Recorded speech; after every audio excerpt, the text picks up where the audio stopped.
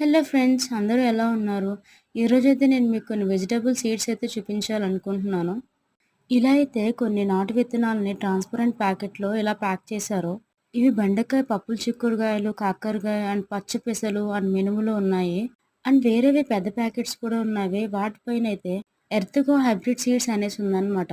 ఇవైతే tomato, cucumber, మిర్చి and కొన్ని ఫ్లవర్ సీడ్స్, ఇంకొన్ని ఆకుకూరలు కూడా ఉన్నాయి. Beetroot, capsicum, tomato and beans and 3 types of brinjal అయితే ఉంది.